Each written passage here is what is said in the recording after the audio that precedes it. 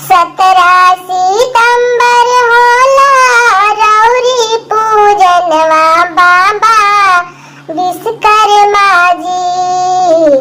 17 सितंबर होला रौरी पूजनवा बाबा विश्वकर्मा जी।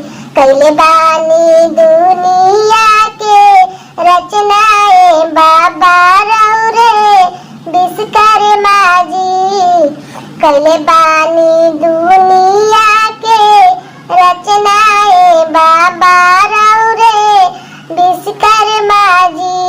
पहिले रचनवा कैनी सोनवा के लंका बाबा विश्वकर्मा जी। दूसरे रचिले बाबा अवध नगरिया बाबा विश्वकर्मा जी। दूसरे रचिले बाबा अवध नगरिया बाबा विश्वकर्मा जी। धरती के स्वर्ग बनवनी सुंदर से रचना बाबा विश्वकर्मा जी। धरती के स्वर्ग बनवनी सुंदर रचनवा बाबा विश्वकर्मा जी। हमहु त कैले बानी रौरे पूजनवा बाबा विश्वकर्मा जी।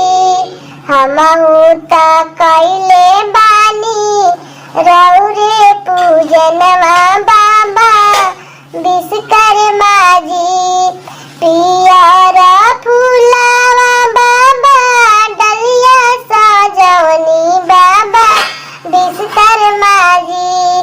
पियर फूलवा बाबा डलिया सजवनी बाबा विश्वकर्मा जी। फल फल हरिया से भोगवा लगौनी बाबा विश्वकर्मा जी। फल फल हरिया से भोगवा लगौनी बाबा विश्वकर्मा जी।